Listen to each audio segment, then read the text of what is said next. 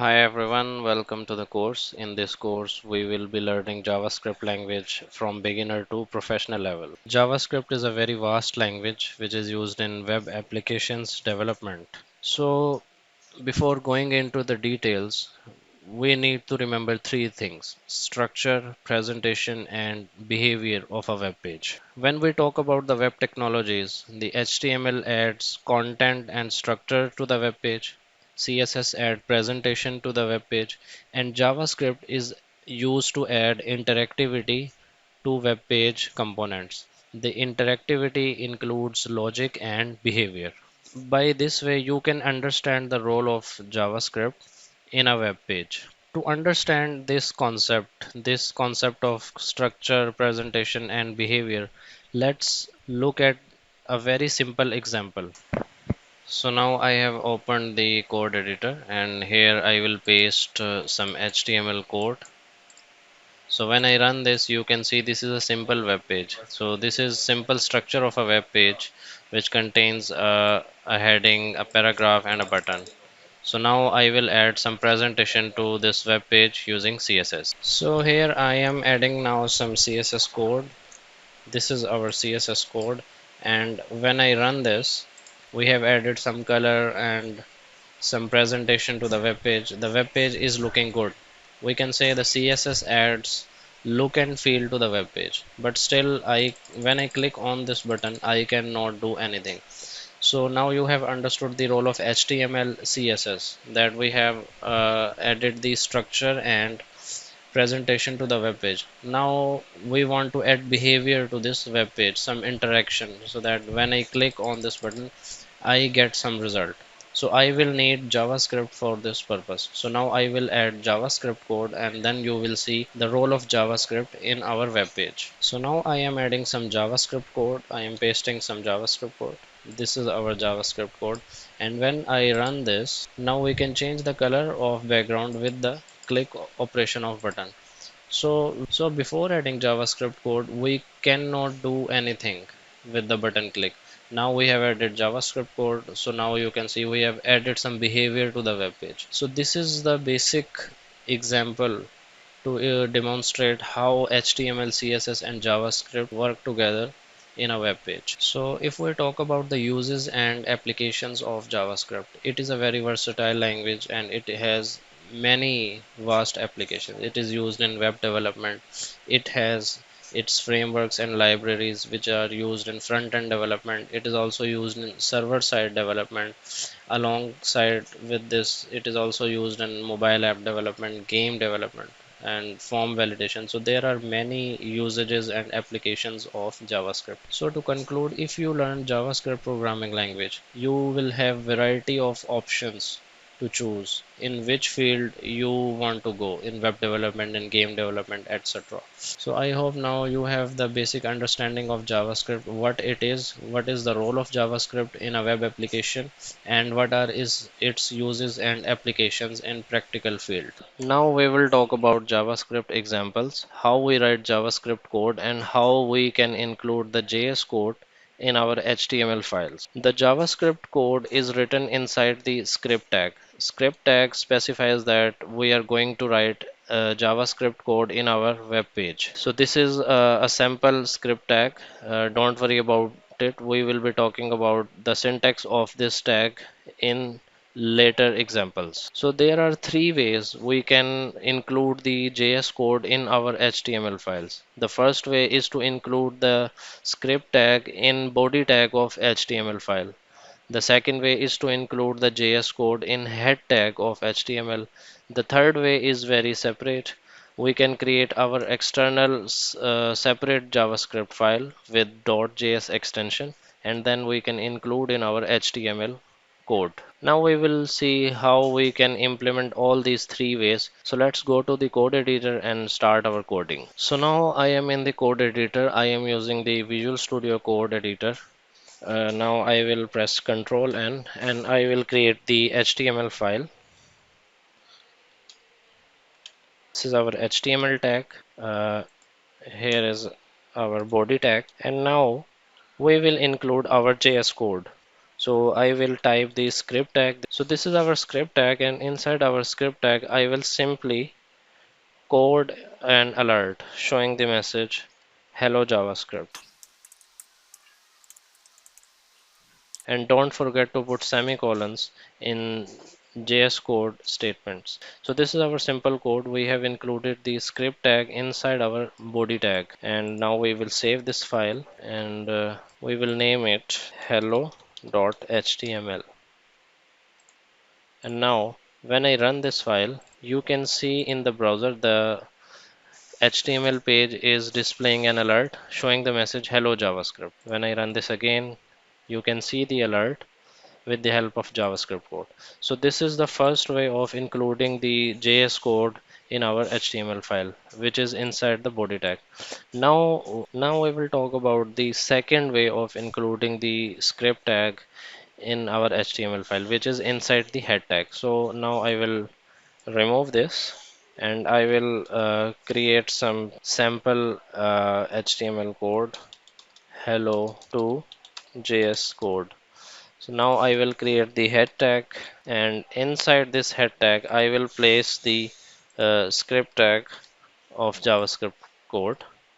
And now I will say this, save this, and when I run this, so you can say the same result. So this is the second way we can include the script tag in our HTML file. Now we will talk about the third way, which is creating a separate JS file with .js extension and then include the JS file in our HTML code. So let's create another file. I will press the Control N, and in this file I will simply code the JS code. So now I simply type the statement alert displaying the message hello, this is external JS file. You need to remember one thing, that in .js files we do not use script tag. Script tag is used only in HTML files to distinguish between the HTML and JS code. So this is our JS file containing only one statement showing alert, which is showing the message hello, this is external JS file. Now I will save this file with let's say name external.js. I will choose the extension JavaScript, and I have saved this. Now I am going to include it in my HTML file.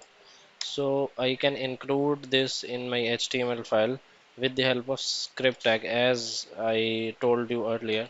In the script opening tag, I will simply use the src attribute of script tag, and this means here I am going to put the location of our external JS file, which is in the same directory.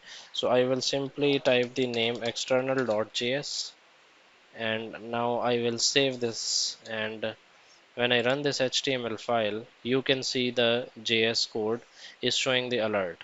So this is the third way of including JS code in our HTML. So I hope you have understood all the three ways. So we can create the external JS files, and we can embed the external file in many HTML pages. Okay. The benefit of using the external files is that we can reuse the same code again and again in several HTML pages. And the very important point is that you need to save the external JavaScript file with .js extension. Now we will talk about the comments in JavaScript. Comments are basically the meaningful way to deliver messages in our code. They are used to add information about the code so that anyone can easily understand our code. There are basically two advantages of using the comments in JavaScript. First of all, they make our code very easy to understand so that any other developer can also understand our code if he or she is working with us in a project. And the second advantage is that we can avoid some unnecessary code to be executed in the browser. Sometimes we add the code to perform some action, but after some time there may be a need to disable that code. In such case, we can use comments. There are two types of comments. First one is single line, and the second one is multi-line comments. Now we will see both of them in the code editor. So let's go to the code editor. So now I am here in the browser in my HTML file, and in this HTML file I will embed my JavaScript code within the script tag. I will simply type the document statement to print the hello world, and I will again repeat this statement, and I will simply change the message hello JS. Now I want to add some information about this JavaScript code. So I will use the double forward slash to add comments. This is a single line comment. We use double forward slash if we want to use the single line comments in our code. I can also add information about this statement. This is our second comment. So comments basically are used to add the information about the code. So you can see these are non-executable statements, these comments. These comments will not executed by the browser. Only this JavaScript code will be executed. So these are the single line comments. Now if I want to add multi-line comments, then I will use the forward slash with a static symbol, and I will enclose the multi-line comment with the static and forward slash. Now between these lines I can add multi-line comments. Let's say this is the I can add any information.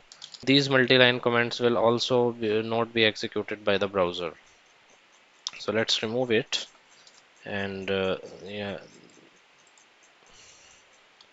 these are multi-line comments. So I have make the same information I will add. So now you have understood the concept how we can add the single line comments and multi-line comments. We talked about in the second advantage of comments that we can make any code non-executable. We will simply add the double forward slash before that statement. Now this JavaScript statement has become a comment, and it will not be executed in the browser. So now I hope you have understood the concept of single line and multi-line comments. Now we will talk about the browser console and the console.log statement. When we are writing the JavaScript code, especially during the development, the console is our best friend. It is where we can see the output, and we can debug the errors, and we can gain insights into how our code is running. Basically, the console.log statement is a powerful tool. We can print messages, variable values, and even objects to the console using the console.log statements. So now I am in the browser. On any web page, you can click the right click and click on inspect, then go to the console tab. Here you can use any JavaScript code and console statements. So I will simply print some message using the console.log statement.